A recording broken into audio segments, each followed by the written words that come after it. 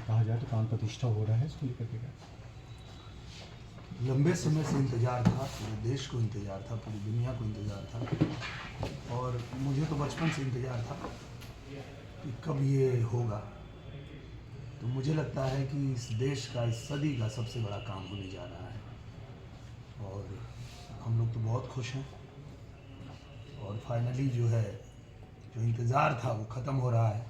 22 तारीख को प्रभु श्री राम का पट खुल रहा है।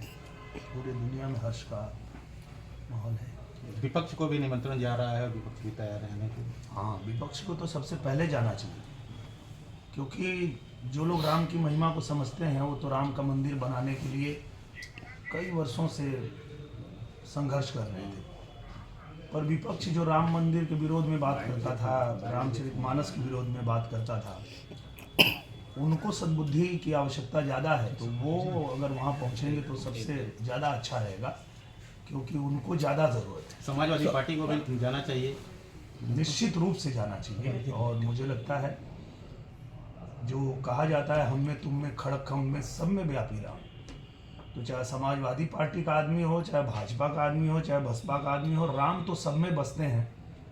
अब उस राम के दर्शन करने के लिए हर किसी को जाना चाहिए। लेकिन जिस तरह से कार सेवा के दौरान गोलियां चलाई गई मुलायम सिंह के द्वारा, लगातार कई कार सेवकों की जान दी गई, उसके बाद भी समाजवादी पार्टी को निमंत्रण देना और हाँ बिल्कुल, क्योंकि वो अगर उस समय समझते तो नहीं गोली चलाते। तो कभी भविष्य में ऐसा ना हो, इसलिए उनको बुलाना ही चाहिए, उनको जाना ही चाहिए और देखना चाहिए कि प्रभु श्री राम की क्या महिमा है, प्रभु श्री राम कौन है। जहाँ पूरे दुनिया का ज्ञान खत्म हो जाता है, वहाँ से फिर श्री राम का ज्ञान शुरू होता है। तो मुझे लगता है कि जाना ही चाहिए 100%। स्वामी प्रसाद मौर्य ने एक फिर विवादित बयान दिया है कि हिंदू कोई जात नहीं है और इसमें जो है लोग पहले भी FIR भी करवाते रहे हैं और इस पर पहले भी लोग बयान देते रहे हैं, क्या कहना है? मुझे लगता है कि हर व्यक्ति की अपनी अपनी आस्था है और स्वामी प्रसाद मौर्य जी जो भी बयान दे रहे हैं वो उनकी बुद्धिमत्ता है, वो उनकी समझ है।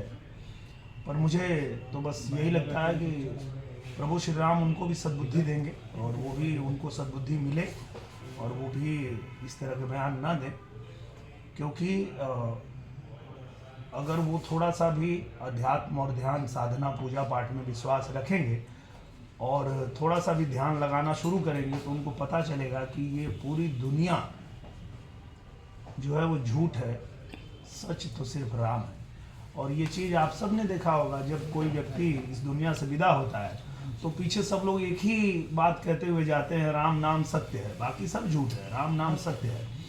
तो ये राम नाम सत्य है, मरने के बाद पता चले उसके बढ़िया है, उससे अच्छा है कि पहले ही जान जाए तो बढ़िया रहेगा। इंडिया गठबंधन लगातार बैठकें कर रहा है, 2024 की तैयारी को लेकर, टिकट बंटवारे को लेकर भी बातचीत चल रही है।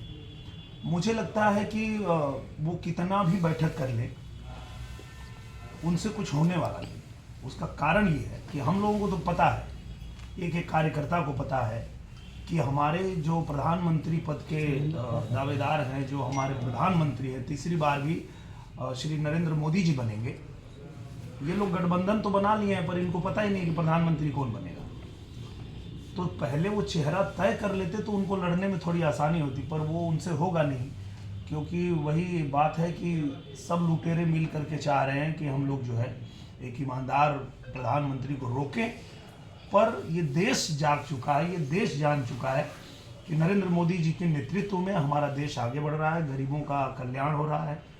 तो अब ये देश किसी भी भटकावे में, भुलावे में नहीं आने वाला है। और मैं आप लोगों को एकदम स्पष्ट बता देना चाहता हूं कि विपक्ष जो है, विपक्ष EVM का रोना रोते रह जाएंगे, बचे खुचे जो किले हैं उनके सब ढह जाएंगे। 400 सीट जीतकर 24 में फिर मोदी ही आएंगे।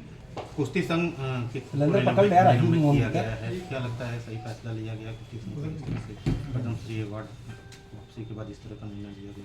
कोई भी सरकार जब कुछ निर्णय लेती है और देश हित में लेती है तो उसका सबको स्वागत करना चाहिए और निश्चित रूप से सरकार जो भी फैसला लेगी वो देश हित में ही लेगी, जनता के हित में ही लेगी। आप भोजपुरी गायक है, राम मंदिर का उद्घाटन होने जा रहा है, कुछ अपने अपने आवाज़ में कुछ मैं प्रभु श्री राम का जब मंदिर खुलने जा रहा है तो मेरे मन में तो बस एक ही गाना आजकल चल रहा है और मुझे लगता है कि इस बात से पूरी दुनिया सहमत होगी कि कैसा है वो मुस्लिम जो इस्लाम का नहीं।